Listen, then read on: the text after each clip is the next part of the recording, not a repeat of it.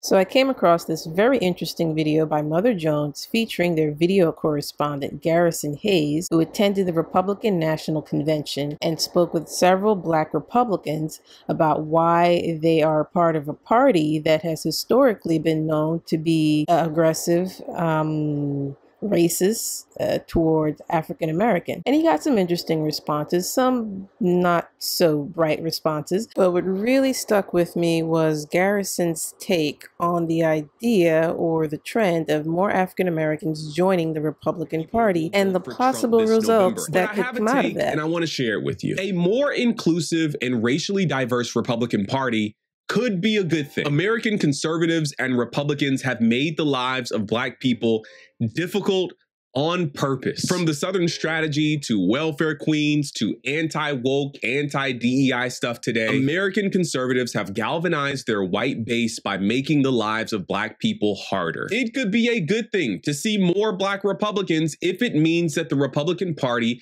is becoming actively hostile to the racists who have called that party their home for the last 60 years at least. Make American politics inhospitable to racists. I'm all in on that platform. It's a very interesting video, and it made me think of an interview we did on Faithfully Past podcast many years ago with another Black Republican who identifies as a Christian and who goes by the name, or he did go by the name at the time, Aspiring Mogul. And you may recall that name, maybe not, but he got a bit of fame when Ben Carson, who was running in 2016, aspiring to the Republican ticket, picked up one of his songs and made it a part of his campaign. So we brought Aspiring Mogul onto the show just to get his perspective about being a Black Republican, a young Black male Republican who also is a person of faith. He made some very interesting points, and one thing in particular that kind of stood out, he kind of viewed himself as a revolutionary in a sense,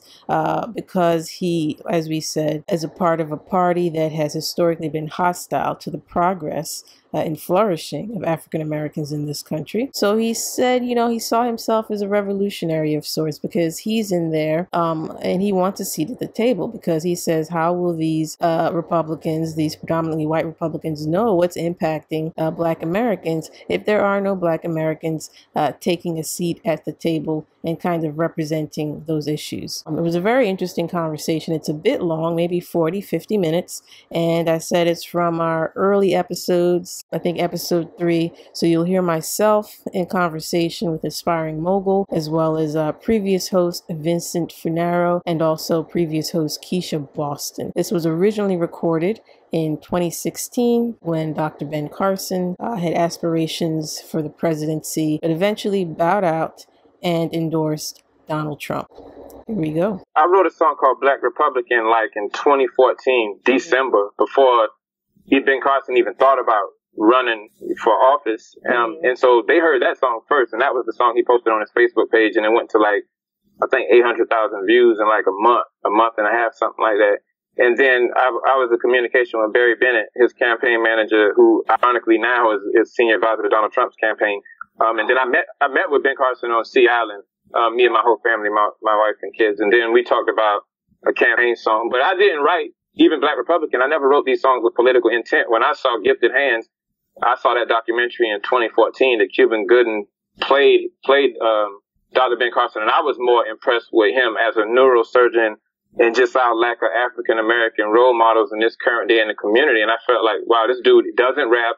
He's not an athlete, and he's not in Hollywood. Look what he's done, and been able to accomplish, and the odds he overcame. So that's what, you know, going back my initial motivation. Now, after CNN and Time Magazine and Esquire and all these different things, I've been in Christian music in my church that I attend, well over 10,000 members, and I've been in youth ministry about 14 years. So I've been long been writing, you know, songs, but I was in the Atlanta music scene around the time BMF was out. If anybody familiar with BMF and the whole kind of when Young Jeezy first mixtape came out, and that's when I was more in the secular world and got close enough to the industry to see how evil, I guess, the music business can be. And then God kind of called me out of that, and that's how I got more involved with Christian music. And it was like 2005.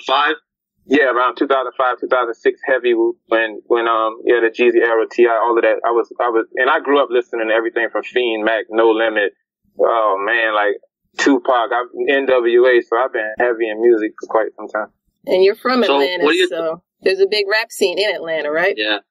Yeah, I was actually born in Germany. I lived in like probably about 22 different states in like 13 countries. So ironically, I've traveled the world like a couple of times over, and I just picked up different pieces, from different places. My father's from Beaufort, South Carolina, and my mom is from Savannah, Georgia.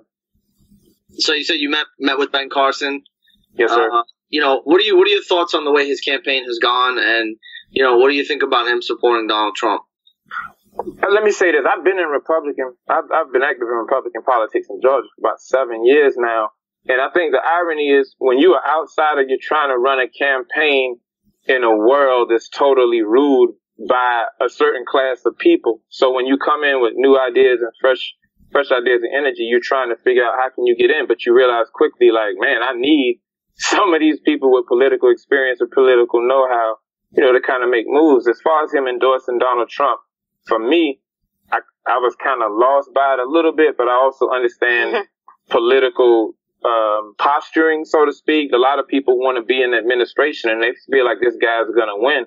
They position themselves, to be somebody who can be a part of that candidacy. That's how I kind of summed it up. I thought Barry Bennett leaving his campaign to go work for Donald Trump was actually more interesting than actually Ben Carson endorsing him. That kind of took me for a loop for a brief second. I was looking at one of your interviews from last November. I think it was Esquire, and they asked you something about that, and you described Trump as a good guy. Yeah, it's good. That was my question. Yeah. Great. Let me answer that. See, and here's the duality. I think specifically in this race, I've read honestly about 4 or 5 Trump books, like prior to politics. I think it was The Art of the Deal, Kick A and Take Names, real estate books. I've read a couple of Ivanka Trump books too, and so has my wife. So when you separate the individual from being a businessman and his influence in that arena versus his political ideology, to me, those are two different things, because I hadn't had any experience with Trump as a political figure until recently. I do know he is a good, solid businessman, and it would be hard for anybody to say otherwise in that regard. So that's me saying Trump as a business person and his influence from the books he wrote that I've read. I'd say that on any platform. Like, the man has some really insightful knowledge about being successful and in navigating through the business world. As it relates to his politics, I'll say this.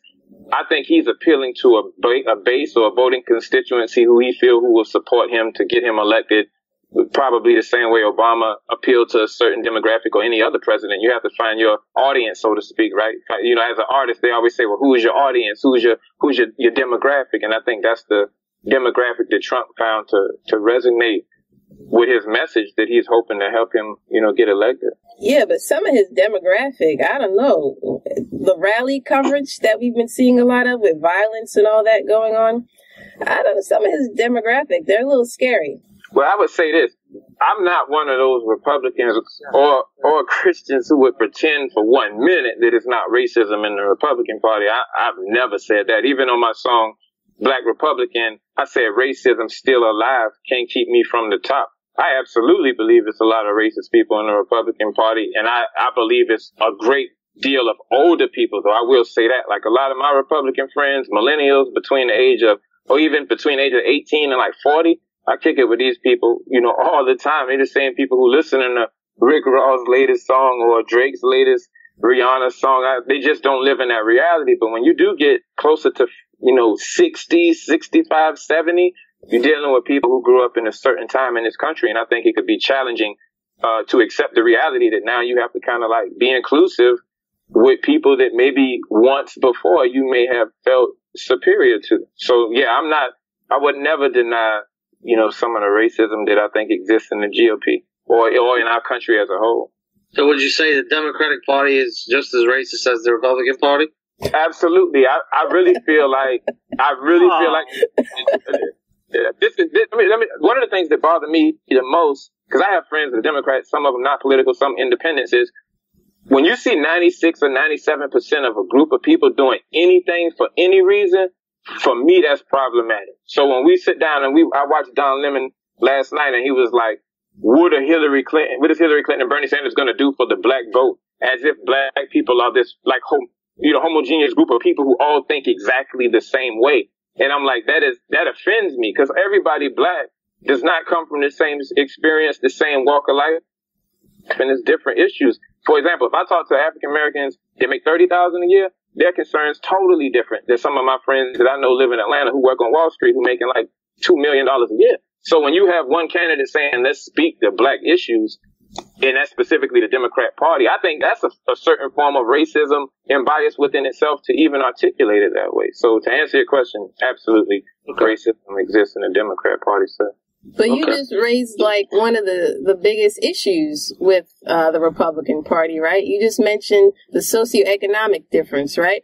They say the Republican Party, that's one of the criticisms, it's the party of the well-to-do. They don't really care too much about the average citizen, the poor. They're always trying to cut this and cut that.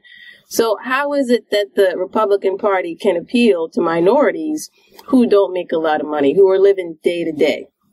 Well, I would say this. Hillary Clinton receives like $200,000 per speaking engagement for like 2 hours. Like she gets $125,000 to speak for an hour. And so we put a face on the Republican Party like, oh, these are all the evil people. I'll give you a better example. My wife wanted tickets to Beyonce concert in Atlanta. It was straight up $5,500. LeBron James tennis shoes like $275 and they sell out.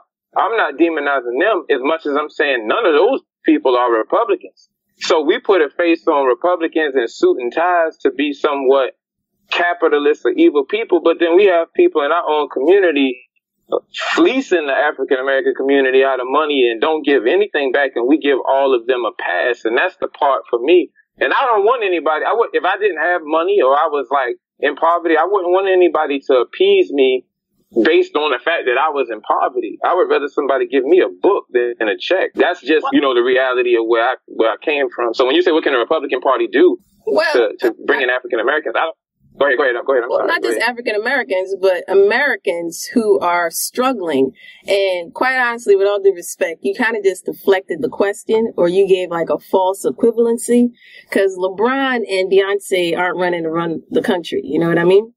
But LeBron and Beyonce LeBron hangs out with Warren Buffett. LeBron hangs out with billionaires, and his insight, where do you think he's learning these business ideas from? Who do you think Beyonce and Jay-Z was just with Robert Kraft in Cuba? Robert Kraft is a billionaire. Yeah. So like these people within themselves are icons in our community, right? The hip hop industry is ran by Jewish people. Like Jewish people run Hollywood.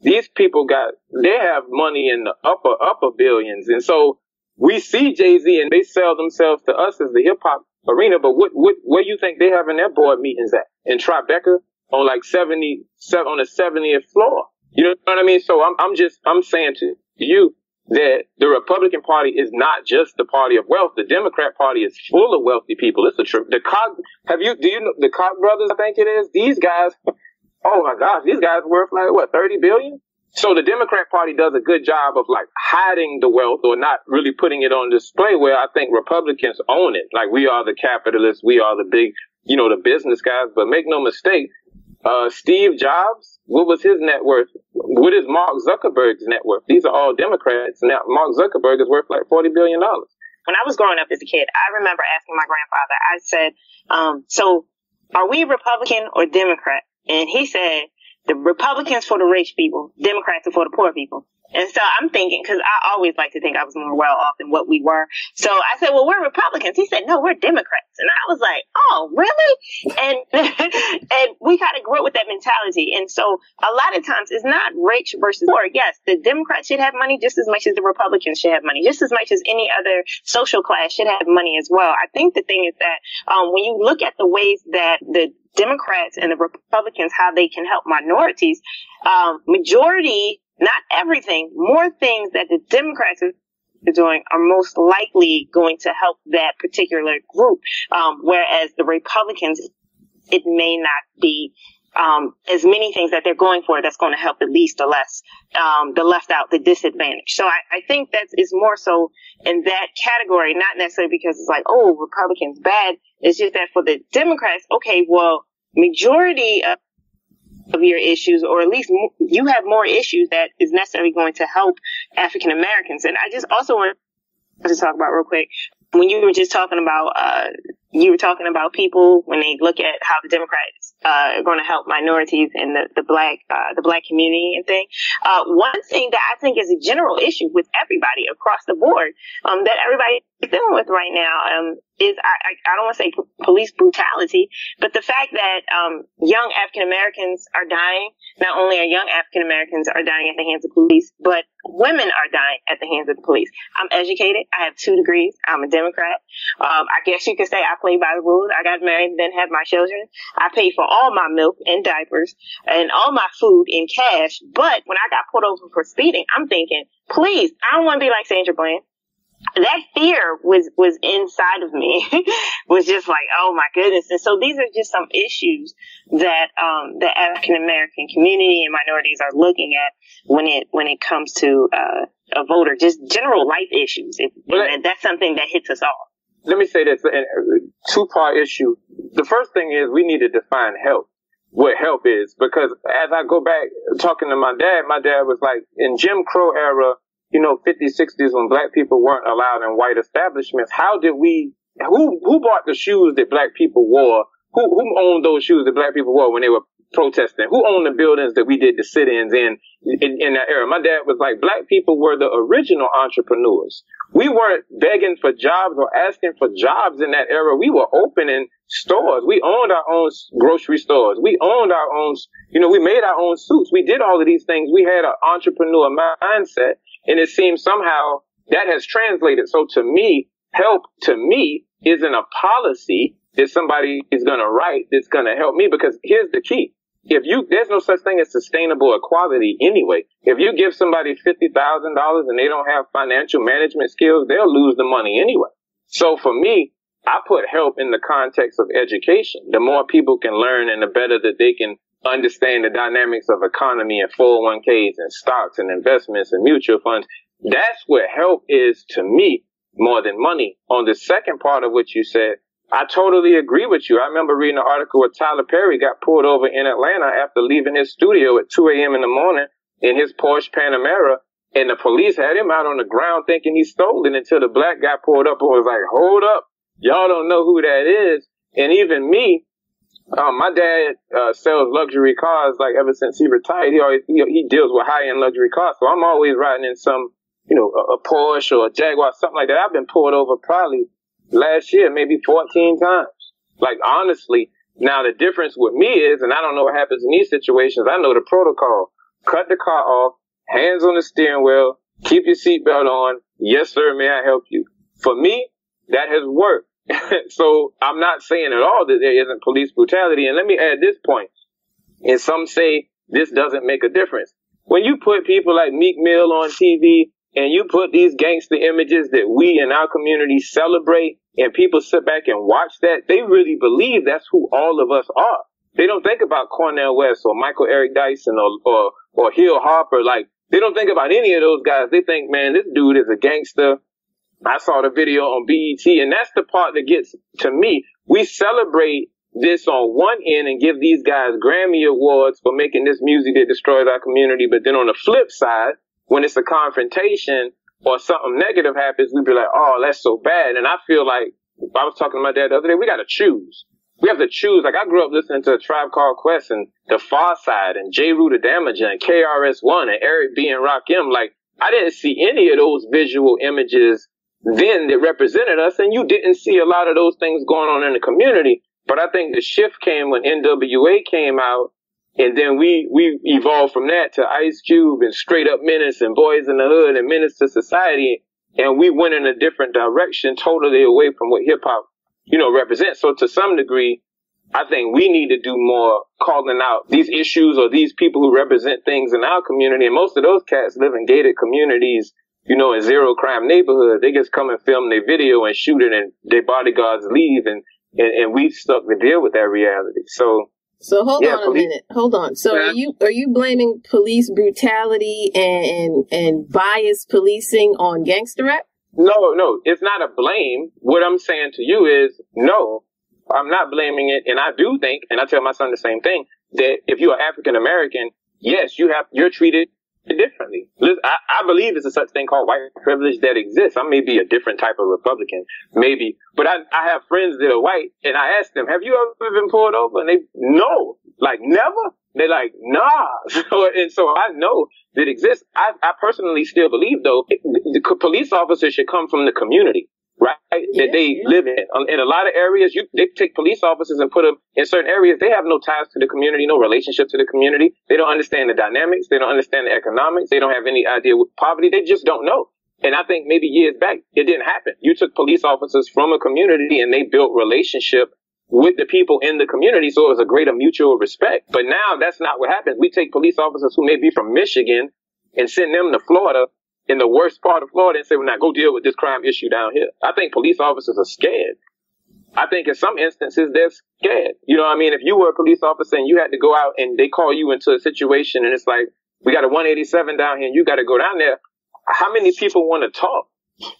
Now, I'm not saying that's right or wrong, but I'm just saying I generally think some police officers fear for their life when they walk into situations and they shoot first, which is wrong, absolutely, and put me on record saying that. But I think that's the mentality sometimes. Can I speak to a few of your points, Mr. Aspiring Mogul? Yes, sir, please. Mr. Aspiring Mogul, okay. I understand what you were saying before about how, you know, the Republican Party and the Democratic Party have very different definitions of help. And I think that point made a lot of sense. And I also understand that, you know, the whole thing about cops being scared, I've heard a lot of people say that too. It's definitely a possibility that some police, they do act out of fear. Because it's not a job that, you know, you would take lightly. And like if you have to go to the scene of a murder or somebody's got a gun, of course they shoot first. And it's definitely wrong. But, you know, we live in a world that's very screwed up anyway. So it's like, I think sometimes we just look for perfection, or we look to solve some issues, and it's like some things it's just messed up. What? So they're afraid of black men. Then I guess. No, let me say this. Yeah. Wow. So what does that say? I think some. Not to breeze past the hip-hop. I think some police are, and let me explain my point. Go ahead, sir. Like he's saying, police come from different neighborhoods, right? And they put them in a neighborhood has a high crime rate. Their attitude changes as they work in that neighborhood. Now all they see is crime, conditioned to see crime every day. So now their view of these people becomes very, very negative and skewed. So now it's this aggression that they're going into their job with every single day, and that's how you get a lot of these situations that go down. I don't think it's that cut and dry, because they've done studies. And the thing is, when it comes down to racial bias, actually all of us have a bit of racial bias. And maybe the degree is a bit different for law enforcement officials. But, you know, it's not as cut and dry as, okay, you know, it's a high pressure job, that, you know, their lives are in danger. I get that. And I appreciate police officers. I'm grateful for the men and women who choose to put on that uniform. But at the same time, you can look across the board and see disparity after disparity. How, for example, many examples, you know, a white man holding a gun and saying, shoot me, while he's pointing his gun at cops, he's going to survive. And they're going to find out later, you know what, that gun was fake. But, you know, let that be a black person or a black boy, and you'll definitely have a different situation. And we've seen so many examples that you have to say there's something a bit deeper than simply just fearing for their lives. But let's go back to the hip hop, and I agree with you. Let's go back to the hip hop, the early hip hop, right? For people who, you know, you're familiar. When we take, I remember KRS-One had a song called Love's Gonna Get You. And to me, in that era, it didn't show black males as just like the media, right? This is the media that dictates these images. If I'm a white guy and I'm watching the hip hop video, you can just pick one, and I see everybody got guns and everybody's angry, everybody's aggressive. I'm not saying he's right, but what I'm saying is, how do I engage that individual? Mm-hmm. Like if you are Rick Ross and you do have this mafia persona, and you do have this, I'm a Don, or I'm Scarface, and you have that persona, when I'm coming to talk to you, how would I start that conversation off? Like, how does that work? You know what I mean? Like, I think they really feel like we all are like that. I'm telling you, like, as an African American male, I'm around white people in the Republican Party. They ask me questions like that. Like, why would you guys ever rap about killing one another? And when they ask me those questions, like, I'm not the spokesperson for the black community, but why do we write songs about killing one another? A bigger question is, why do those guys go platinum? Why do country music artists sing about getting drunk and cheating on their wives? Like, come on, I need a bit more than that. Sorry. Let me just respond to that. I agree with you, but I will tell you this: even me as a hip hop artist, country music still does not represent murdering one another. It just doesn't. I just want to say about the lyrics and the lifestyle and stuff like that. When you have artists, rap artists, and they're rapping about killing each other, a lot of stuff that they rap about is stuff that they know, where they live at, what they deal with every day. Now, as far as who buys it, majority of people who buy that stuff are not African Americans. I've been to some decades now. I've seen some concerts. I've seen, all types of stuff, from community shows, from comedy shows to concerts, and it's not sold out to the black community at all. They don't at all. White people buy it, but we celebrate it. See, that's the difference. White people celebrate it too, my friend. Trust me. I know. I definitely know who. I'm familiar with Riff Raff and all these. Yeah, really? Like, this is what I'm saying though. When I say we celebrate it, what I mean by that is, name an artist that even represents something evil in the white community that's getting awards. Like, they wouldn't even give them an award for it. Do you know 3 6 Mafia is the only rap group that has got an Oscar, and they got an Oscar for It's Hard Out Here for a Pimp?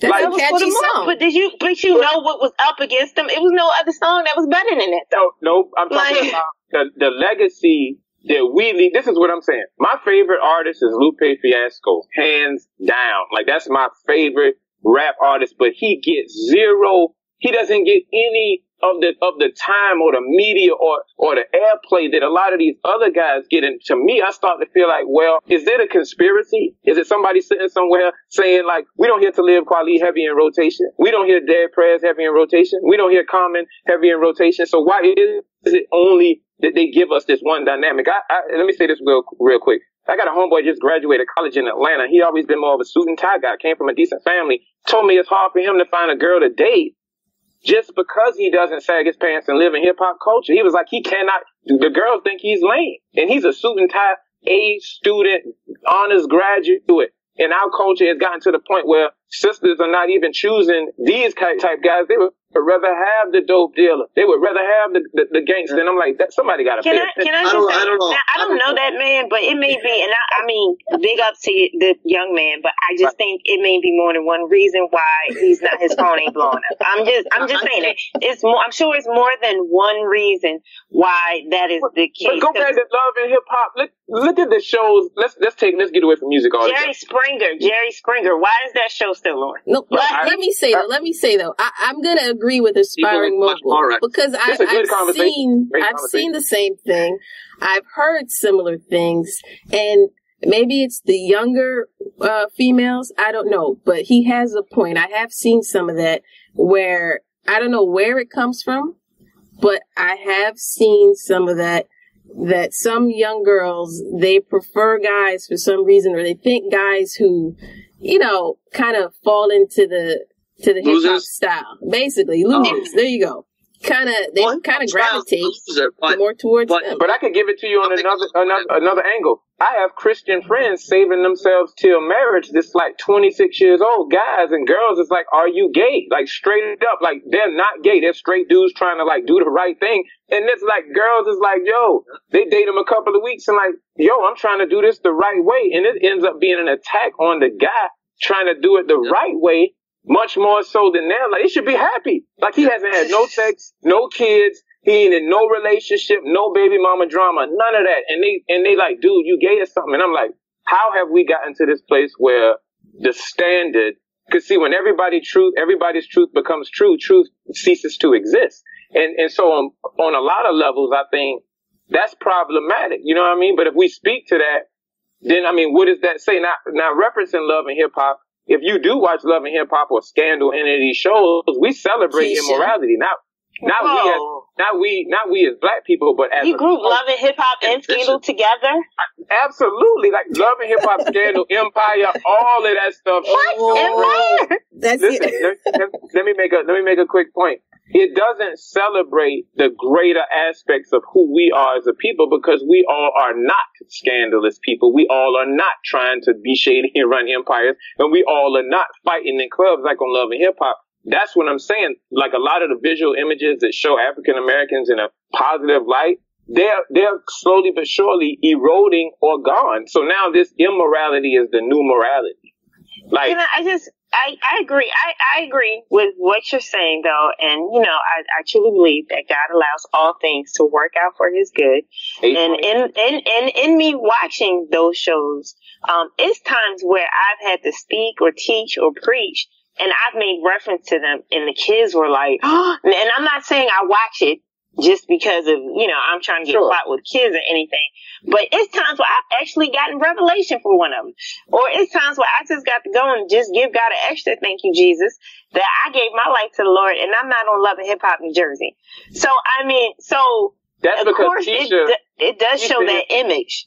Keisha is empowered, and Keisha is obviously an intelligent, strong woman who can decipher fiction from reality. But the bulk of our community, girls between 12 and 18, these girls between 12, 18, 19, I've been in youth ministry about 9 years. They define themselves by that. You know what I mean? They don't see it the way you see it objectively. They actually define themselves by that. And that's creating a new generation who are the future mothers and daughters and grand. Let's talk about the strip club culture, how every girl is tatted from head to toe in the strip club culture. And I'm like, when you get 60 and you're a grandmother, like, what are you going to do when you look back at your reality? Because we're all living in the moment. That, my point is, like, I think we're all living in the moment. We don't understand delayed gratification on any level. We just making decisions in the instant without considering how those things will impact our future in the long term. And just like Christ said in the Bible, where there's no vision, the people perish. I truly believe as a whole, as a nation, not just African Americans, we have lost our vision. Everyone's kind of drifting somewhere, and there really is no more foundation. Right. So it's like, I hear from so many women complaining about this guys that all they want is sex, and all they're interested in is they won't commit to me, and they won't do the right thing. They won't even take me on a date. And it's like, well, these guys are kind of sold the idea that, it's all about me. It's all about pleasure. It's all about what I can get. And it's all about avoiding anything that's a little bit too difficult, so to speak. Anything that makes me have to sacrifice, I'm going to stay away from that. And I think that's a common thread throughout our entire culture at this point. And I don't know if it's coming from entertainment. I mean, listen, I grew up listening to hip hop. What was the common message in hip hop as far as love went? It was like, either there was a love song like LL Cool J, or it was like, I'm stealing your girl, I'm taking your girl, I saw your girl in the club, I'm snatching her up.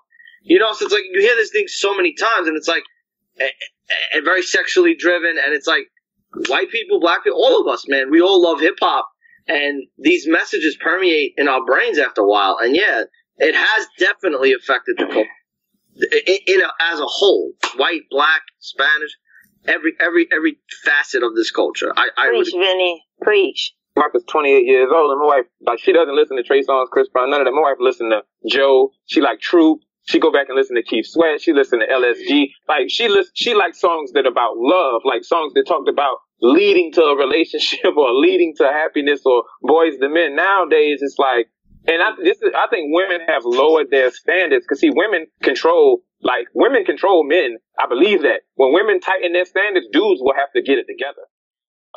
227, Amen. These shows my parents watch, and it showed that duality. We had that duality of, you're not going to do this because of their moral parameters in our family, and your last name, and you're a Huxtable, you're going to Hillman. You know what I mean? Elvin, you want to marry my daughter, you better go get your doctorate first. And so all of that, even A Different World. You know what I mean? Those shows impacted me tremendously. That's why I know these shows like Love and Hip Hop and these other shows, fast forward 10, 15 years from now, that's going to be the reality that people are emulating then, just the same way as I emulated what I saw, on some of the shows that exist. And even LeVar Burton on Reading Rainbow. Like, I wanted to read books. It was cool to read books. I go to the Goodwill right now every week and get dope books for like 50 cents. It's like $40. You know what I'm saying? I'll go with my wife and get like, I'm serious, you know what I mean? But that was cultivated. So I guess a better question would be, how do we get that cultivation back that gave us that then? We can point to the laws or the government or the police, but it still started with parenting. We need exactly. It definitely, you need more involved parents, and then you got parents who are working, you got parents, and then you got kids who have technology, and they like, well, I can just watch it on the phone. I can't watch it on television. And so we're in a more advanced society in which kids can get over and they can watch Love and Hip Hop, and they can watch these shows, and they watch it with their parents. But I also think that you do have to choose. Just for an example, even though, I was adult or anything like that, if you go to the Word Network, that's a Christian station, but everything on there ain't good. Right. I said it on the record. Everything on there ain't good, and don't watch it at 2, 3 o'clock in the morning. You see some stuff that will shock you. And World Star Hip Hop is the devil. It's straight up pornography. Mm-hmm. I have students in youth ministry. I mean, World Star Hip Hop, straight up porn. Like, it's just straight up porn right there, and kids can just click on it, and you like, parents. Wait, they have like porn on it? Like straight up. Like, I feel old now. Like, I'm like, wait, it's like real porn? Yeah, it's straight up. Like, they get people sending in clips from their house and compile them in this one little Vine video, and it's straight up just porn. People having sex in restaurants, people doing all kind of stuff. And I'm in youth ministry, so I'm dealing with these kids 13 and 14 getting caught having sex in the bathroom in middle school and high school. And parents don't even know, because parents say, technology is for your generation. I don't understand it. So they don't live in the Instagram, Periscope, Vine, Snapchat world. They let their kids navigate. And now parenting, you have to parent in real life and you have to parent in cyberspace. So now parenting, has a duality. I think we have compromised at the church, right? Like not people. We're not able to decipher what's of the world anymore. So we absorb everything. And then we think that we can fight this evil while we're absorbing it at the same time. And I'm just as guilty. One of my favorite shows is Billions. Like, I don't know if anybody watches Billions. Yeah, I haven't seen it. What network does that come on? Billions come on Showtime. It's about this guy named Bobby Axelrod, who's like a billionaire trader, and you watch the show, the district attorney is trying to take him down. Not so much sexual immorality, but it still has a element of it. But yeah, to answer your question, sir, we have fallen in love with this, get as close as we can to the edge of the cliff without falling over. No, I'm not going to do this, but I'm going to take enjoyment watching it. And Jesus addressed that in Romans chapter 1 when he said, you people don't do these things, but you're worse off because you take pleasure in watching those that do. And that's when I sit back, and that's why I said a minute ago, everybody's truth is true. Once you tolerate everything, it's like a city with no red lights. Who's going to stop? Nobody. You know what I mean? And so that's where the church, the true church, has to step back and say, yo, what am I going to do with these verses that say abstain from every appearance of evil? Do not be unevenly yoked with light and darkness. Like, I even think the gospel, like, I think Keisha said a minute ago, the Word Network, it TBN too. A lot of both of them. Yeah, these prosperity cats get on TV and tell you if you give God 1,000, he'll give you 10,000. It's not true. Sometimes good health alone is a blessing. You may not get any money. Amen.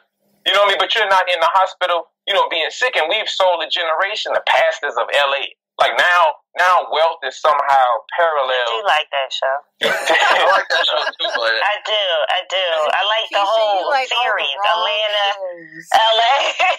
and I'm not saying anything within itself is wrong with those shows. As much as I'm saying is we believe that wealth is the way that God generally blesses everybody. But I don't think that's true. God gives many gifts to the body, and the word, explains it that way. But we're on this pursuit of happiness and success and pleasure, and all of these things begin to define our purpose in life, and we end up pushing the word to the side, and then personal agenda or narcissism, if you will, begins to be paramount in our lives. Even me, when I made the Ben Carson song, the attack came from me making a song about somebody that still is a neurosurgeon. This still was raised in a single-parent home in Detroit in, the 50s and 60s. Forget his politics. He had to overcome insurmountable odds to get into Johns Hopkins University and then become the person who separated twins. Like, nobody respects that. We don't care about none of that. But P. Diddy has 4 baby mamas and has 3 or 4 different kids and never been married, and we celebrate him and give him his own network. So I'm saying to you, not targeting P. Diddy, but just look at that. look at that duality. I don't think that Ben Carson's not celebrated because he's not P. Diddy. I think it's more because, like traditionally the Republican Party has that stigma about them that they're all for the rich. Why would Mr. Carson align himself with these people who are all for the rich? And I think that's where the attack on, or the lack of support for Carson comes from. I think if he was a Democrat, you'd probably see a lot more support for him. Well, let's say this idea, and this is what I said in the beginning. If you're black, everybody who's black, I've lived in 14 countries, real life. I was born in Germany and lived in London, and I lived in Czechoslovakia.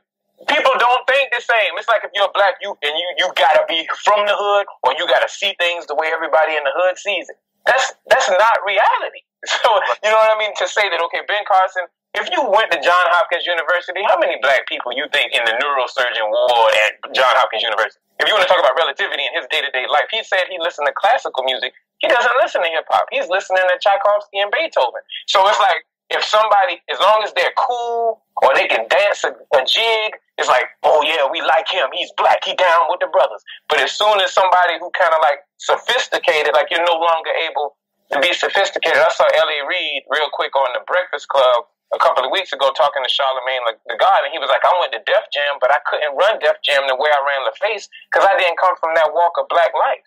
And I thought about that, and it was like, I didn't come from that walk of black life. So what is the black man to do whose mother was a doctor and his dad was a dentist, and he lived in a $300,000, $400,000 house? Should he demonize himself because he's not hood enough? Should he say, well, I ain't gangster enough, so I'm going to just, I don't fit in with the black community? To me, that's crazy. And that goes back to what I said, my homeboy graduated. He ain't thugging and sagging his pants, and he ain't doing whatever, the thing is that's cool, so people don't receive him the same way. And I think that's crazy. Well, the black community isn't gangsterisms, and it's not gangster. It's not that at all. And one thing I even have to explain to people, or I've heard people say to me, because my name is Keisha, and I really don't like it because I feel like it already comes with a stigma to it until you see me and talk to me, and you're like, somebody said you're not like all the other Keishas at all, and I'm like, no, my father's name is Keith. And that was the closest they can get. I'm nothing like any of them at all. And so what do you do when you're like that? You hang out with people who have similar interests, whether they are purple, brown, indigo, green, or anything like that. My brother, he sells stocks, and he works in New York, and he does the suits, and he dresses up, and he's like urban. I think his Instagram is like Urban Gentleman. He hangs out with people like that. One of his good friends sells stocks as well. And they can sit and they can talk about Marcus Garvey. They can talk about the political race. That's what he does. What do? I hang out with people just like me. We all got 2 degrees. But we're married. We got kids. As far as the hoodness, it ain't nothing hood about me. I could get hood, but I'll let people know, I'm from the burbs. Ain't nothing hood about me. And I ain't got to prove it. I think what you're saying is, to some degree, I agree with. I think for me, growing, like, my wife is Jewish and Puerto Rican. Like, she is straight up Jewish and Puerto Rican. Like, so my life, for me, diversity was normal for me. So I kind of have a different philosophy, I guess. Like, I kind of look to get around people who are not like me, because I already know everything it is to know about people who see things the way I see it. So let me experiment in these different realities. And I think the biggest problem in America is self-segregation. We do self-segregate, specifically on Sunday morning. That's why it's still white churches. That's why it's all black churches. That's why it's all Korean churches. And Jesus never, in my opinion, wanted to create this reality with all the black people worship here. And because I don't think heaven's going to be like that. Like, all the black people on wing 2 and all the Hispanic people on wing number 3. And, like, I just don't see it that way. But I guess people feel comfortable, around people who think, the way they do, which, going back to the police brutality, that's why the white people shoot the black people, because they don't understand our culture. They don't understand our reality. They don't understand their comfort zone. Exactly. And so for me, those contribute to some of the same, and this is an awesome concept. I've done a lot of interviews. This is like one of the best podcasts. Oh, really? Yeah, because there's so much free thought here, and it's not like a lot of political correct talk where everybody's trying to do image management. Like, I love to talk to people who say what's on their mind, even if they don't agree with me or see it the same way. But yeah, I mean that's what it boils down to, and until we start to embrace diversity in this country, then ain't nothing gonna change. And if Donald Trump get elected, it's gonna be crazy. and that's so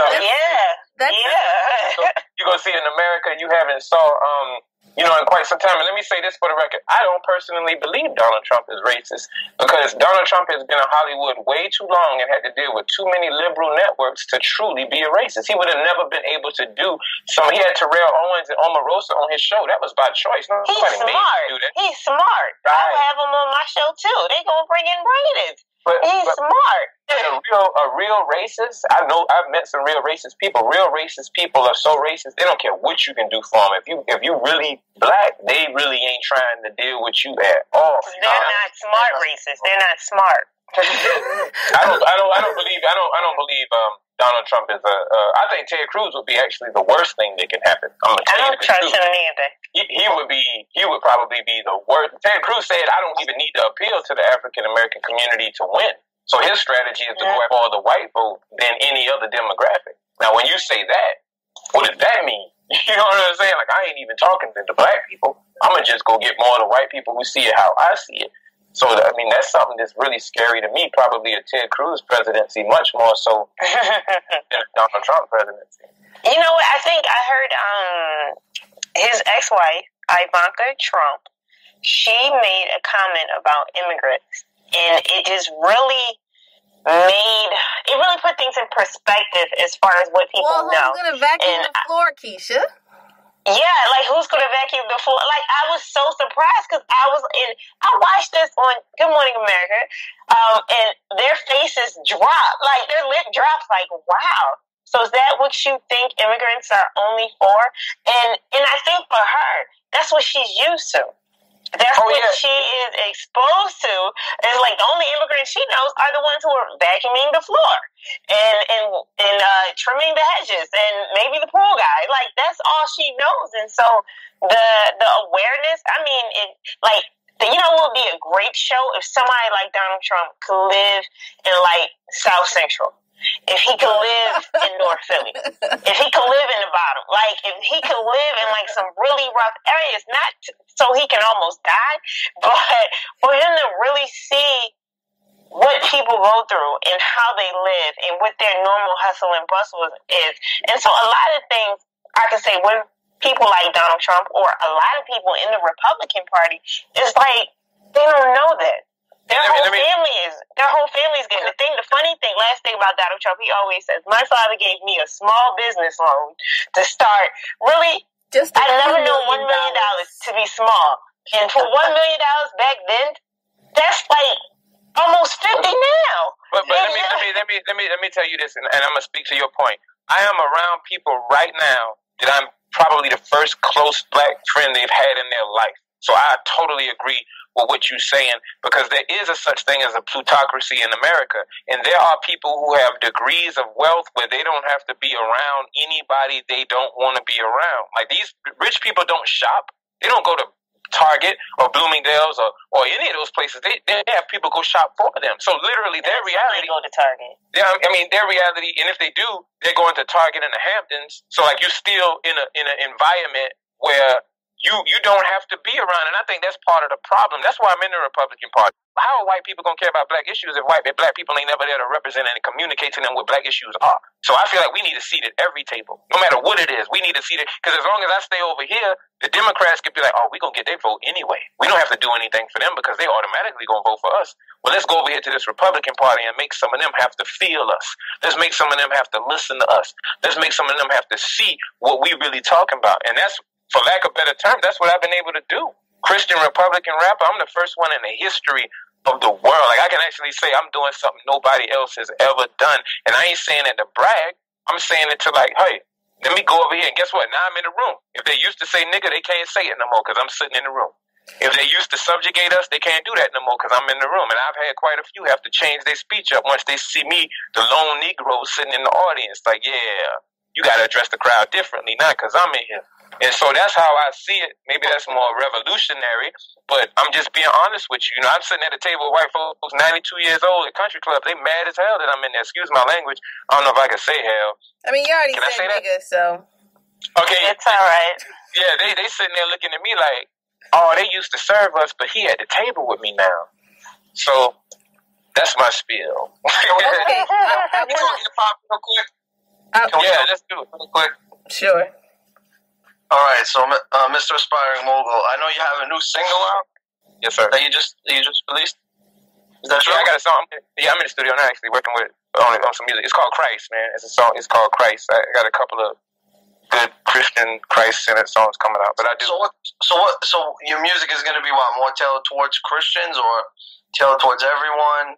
You know. No, I have a song called Mogul Talk. You gotta listen to it, man. It's on my SoundCloud. You can just Google Aspiring Mogul. So it's kind of mixing Republican politics with Christianity. I think in a way nobody has ever been able to do before, because to my understanding, I would strongly say that 98% of rappers is Democrats, right? So if you have the Democrat perspective, let me give you just one Republican who might just say, hey, you know, I never thought about it that way. I could quote a line from it if y'all would allow me to.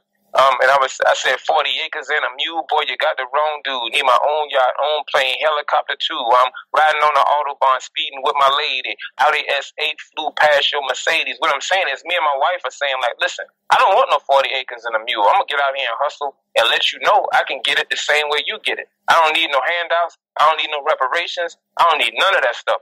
Just give me an opportunity, and I'm gonna show you the same way. So that's kind of where I'm coming from with my music, but it's still Christ-centered, because Jesus is the core in my life. Anything that I have, so I feel like you got all the Democrat perspectives. Let me give you one Republican perspective. So who are your influences as far as hip hop goes? Do you like Christian rappers? Do you like secular rappers? You know what? You know, I listen. The foundation for me for rap, probably Tupac. My greatest influence that I think I would say that I felt like rap and actually stood for something and cared about people, the black culture especially, it was probably Tupac. And then moving forward, I listened to a lot of Southern music. I grew up listening to UGK. I grew up listening to Trick Daddy. I grew up listening to 8-Ball and MJG. Trick Daddy? Yeah, I grew up listening. But I also had friends who were from New Jersey and Philly. Trick Daddy's a funny guy. My friends from up north put me on the hieroglyphics and Dale the Funky Homo Sapien and J. Rue the Damager and a Tribe Called Quest. And, you know, so I had a balance, you know, from traveling and living in different states, right? I was able to absorb music from the South, from the North, from the East.